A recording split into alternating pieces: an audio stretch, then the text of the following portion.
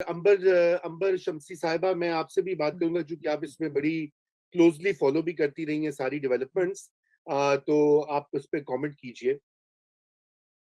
देखिए, इस वक्त जो जस्टिस काजी फाइज ईसा हैं, वो जो हाइब्रिड रिजीम है उनकी उनके लिए तो वो एक ऐसी हड्डी है जो निगल नहीं पा रहे। और उसका बुनियादी तो यही वजह है। अ, ये नजर आया है कि ये पहली बार ऐसे हुआ है कि जो शहजाद अकबर साहब का यूनिट है, जो बहुत खास किस्म का है, जिसका भी मालूम नहीं हुआ कि उन्होंने क्या एक कोई और ऐसा केस हुआ है कि एक निजी शिकायत के बलबूते पर किसी जज के खिलाफ इस किस्म का काम कार्रवाई आगे बढ़ी हो। ऐसा तो कोई ऐसी कोई मिसाल नजर नहीं है अभी तक आई, ना उनका कोई काम नजर आया। बार बार ये जो कोशिश करी, क्यूरेटिव रिव्यू है, किस चीज का इलाज है, ये इलाज वही है कि वो निकल नहीं पा रहे।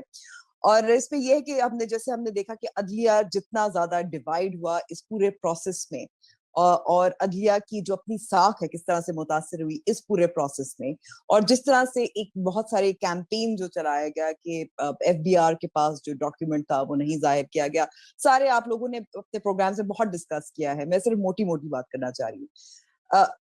साथ साथ जस्टिस काजी फाइज ईसा पर जो एक जाहिर है ये एक इंतकाम ही नजर आ रहा है, और इंतकाम जो है वजह जो बनी थी वो फैजाबाद धरना केस था। और ये भी हमें मालूम है कि वो चीफ जस्टिस उनका बनना ये मुश्किल, वो करने तो देना नहीं है, तो कोई ना कोई तरीका होगा, कोई ना कोई कोशिश होगी। अब ये जातियात पे उतर गया है। लेकिन साथ साथ ये भी आप देखिए कि किस तरह से बार काउंसिल्स हैं वो भी बहुत खड़ी हुई हैं, और वो भी शायद इस मामले को आगे नहीं बढ़ने देंगे। क्योंकि सिर्फ जस्टिस काजी फायजीसा की बात नहीं है, शौकत सिद्दीकी की भी बात है कि उन्होंने जो एफिडेविट सबमिट किया था वो भी फिर आगे उस पर बात नहीं हुई। इंतजार किया जा रहा है, डिलेइंग टैक्टिक्स इस्तेमाल की जा रही हैं ताकि उनकी रिटायरमेंट हो जाए। तो जो कुछ ऐसे जजेस हैं जो शायद उनको आप इंडिपेंडेंट कह सकें, उनको किस तरह से उनकी आवाज उनकी इस निजाम से इनको निकालने की कोशिश जो है वो जारी रहेगी। इससे आपको ये भी नजर आता है कि प्रोजेक्ट जो इस वक्त है, जो हाइब्रिड रिजीम का है, वो फिलहाल it's committed to what it's doing. Very well said Ambar. यही बात है, मुझे ये लगता है कि वो कोयले जब जल रहे थे देग के नीचे, तो उसके ऊपर भी सुप्रीम कोर्ट ने एक ठंडा पानी जो है ना, बर्फ की सिल डाल दी, बुझ गया। अब वो चाह रहे हैं कि ये बरकरार रहे, हल्के से दोबारा से जो है वो उसको वो ठंडे ना होने पाए, आग थोड़ी धीमी आंच पर ही पकता रहे पकवान। तो कोई कोई आग नहीं है, क्योंकि फरवरी 2022 को चीफ जस्टिस साहब जो मौजूदा हैं वो बदल जाएंगे, और उनके बाद जो उनके सीनियर मोस्ट हैं वो रिप्लेस कर लेंगे। तो अगर ये मामला गर्म रहेगा, हल्का फुल्का ही रहेगा, तो फिर अगला साल भी मौजूद है इसको मजीद फॉलो अप करने के लिए। स्ट्रेटजी तो बिल्कुल यही दिखाई देती है, क्योंकि अगर ये नाकामयाब हुआ तो फिर काजी फाइज ईसा साहब को कोई चीफ जस्टिस बनने से नहीं रोक सकता 2023 सितंबर में। और 2023 साल है इलेक्शन का, 2023 साल है इन इंतकाले इक़्तिदार का, 2023 साल है कि जिसमें के सारे जो हैं बहुत सारे सीनियर यूं समझिए अफसरान, वो उनकी रिटायरमेंट, पोस्ट रिटायरमेंट, नए नई तकरीरियां, नई तैनातियां, सब कुछ मतवक्को है। अब एक ऐसा साल हो और उसमें इतने हाई स्टेक्स हों, तो जाहिर बात है अंबर उसको फिर छोड़ा तो नहीं जा सकता ना। अब देखिए, आप भी अगर उनकी जगह हो, आप खुद put yourself in their shoes, तो तो आपको खुद भी, और आपका एक हरीफ जो है वो सबसे आला ओहदे पर पहुंचने वाला हो, तो आप तो हर हरबा हीला इस्तेमाल करेंगे। लेकिन मेरा ये ख्याल है कि ये चीज जो है, नंबर एक, अदलिया के लिए इंतहाई एक कड़ा इम्तिहान से वो गुजरी है, और मैं समझता हूँ सुप्रीम कोर्ट ने बड़ी हद तक अपने आप को रिडीम किया, ये सारी चीजें जो हैं बाहर फेंक कर रेफरेंस को। लेकिन अब ये एक बहुत बड़ा उनके लिए चैलेंज है, और इदारों पर इस तरह का जो बार बार बार है, जिसका कि अभी एक सेमिनार भी हुआ, सिविल सोसाइटी, लॉयर्स और मीडिया पर्सन, अंबर वहां पे शायद आप भी मौजूद थी, और मैंने आपकी तकरीर देखी, बड़ी जज्बाती और जोशीली तकरीर आपने की। तो बात यह है कि ये एक ऐसी ज़रबेकारी है जिससे पाकिस्तान के वो इदारे जो शहरियों के हकूक को तहफ़्फ़ुज़ फराहम करते हैं और जमहूरियत की बका के लिए लाज़िम व मलज़ूम हैं, यानी कि अदलिया और मीडिया, उन दोनों के ऊपर ये वार जो हैं ये बंद होने चाहिए। और ये सिर्फ इनके जो है मीडिया और अदलिया की आज़ादी के नुकसान नहीं है, इसमें खुद रियासत के जो कलीदी इदारे हैं, अहम इदारे हैं, उनका भी नुकसान है लॉन्ग टर्म में, क्योंकि दुनिया देख रही है। अब ये सबको मालूम हो जाना चाहिए कि इस ज़माने में जैसे अभी हमें एफएटीएफ में फांस दिया गया है, आज से 10-15 साल पहले तक जो था, ये इस तरह के इंस्ट्रूमेंट्स नहीं आए हुए थे। वो हम we hmm, used to sort of get by with things, right? अब ये नहीं मुमकिन। अब वो एक-एक चीज़ मॉनिटर होती है, ग्लोबलाइज़्ड कम्युनिकेशन का दौर है। 1 मिनट में एक वाकया होता है, वो 5 सेकंड में दुनिया में फैल जाता है।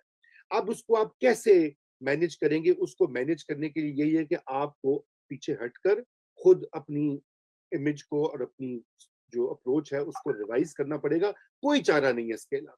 तो वक़्त हमारा ख़त्म बिल्कुल होने को मैं आखिर में चाहूँगा शाहिद अफरीदी साहब को सियासत में आने की बहुत ज़्यादा तरग़ीब दी जा रही है, दावतें मिल रही हैं। सोलंकी साहब, आप तो क्रिकेट के बड़े फ़ैन हैं। 1992 का वर्ल्ड कप के दौरान मैंने सुना कि आप बड़ी जो है वो सीटियाँ बजा रहे थे और मिठाइयाँ तक़सीम कर रहे थे।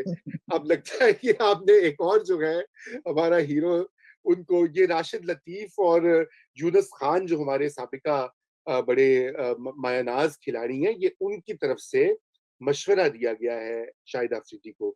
तो सोलंकी साहब क्या कहेंगे आप? मेरे ख़्याल में ये इस तरह का एक एक गैर संजीदा खबर, जिसको वाइकेरियस न्यूज़ कहना चाहिए, जिसका ताल्लुक एंटरटेनमेंट से है, जिसका ताल्लुक उन खबरों से बिल्कुल नहीं है जो जिनका ताल्लुक लोगों की ज़िंदगियों से होना चाहिए। और मुझे हैरत है कि आप नया दौर के प्लेटफ़ॉर्म पे आप इसको लाए हैं, तो मुझे आपकी संजीदगी जो है, उस पर अब शक होने लगा है। मैं इतना ही कहूँगा। देखिए, बात ये सोलंकी साहब कि आपको ये मालूम है कि आज से 20-25 साल पहले आप ही तरह के संजीदा तज्ज़िया निगार जो थे ना, वो ऐसी ही बातें करते थे आज के खान साहब के लिए।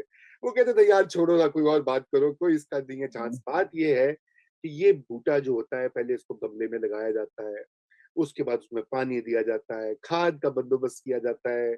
मीडिया पर अंबर रहीम शम्सी जैसी टीवी एंकर्स जो हैं, उनको कहा जाता है कि भई बुलाओ, हर शाम को बुलाकर वहाँ पे उनके उनके जो ख़्यालात हैं, उनको पेश करो।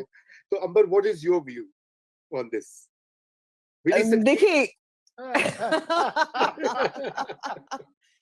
अब आप मुझसे क्या कहलवाना चाहते हैं रज़ा? मैं जो इस पे आपके क्या दिल बात में है करूँ? वो कहे, बोल के लब आज़ाद हैं तेरे। चले मैं कहती हूँ सियासत में आएँ, बिल्कुल आएँ। लेकिन मेरा नहीं ख़्याल कि कोई वर्ल्ड कप ऐसा जीता है शाहिद आफरीदी ने जिसकी वज़ह से वो उस ओहदे तक पहुँचे जिस पर इमरान खान साहब बैठे हैं। जी, हाँ, वो शायद शायद मुमकिन नहीं है। बहरहाल ये बात तो ज़रूर है कि देखिए, आप ये हम इस प्लेटफ़ॉर्म पे भी बात करते रहे, वैसे भी आपस में जब हम बात करते हैं, तो ये हमारी गुफ्तगू चलती रहती है कि इस वक़्त जो प्लान बी तो है, मुतबादिल नहीं है। खान साहब खुद कह चुके हैं कि मेरा मेरा कोई मुतबादिल नहीं है उनके पास। और वो जो हैं, वो भी फँसे हुए हैं क्योंकि शहबाज़ शरीफ को वो लाते हैं, फिर पीछे हट जाते हैं।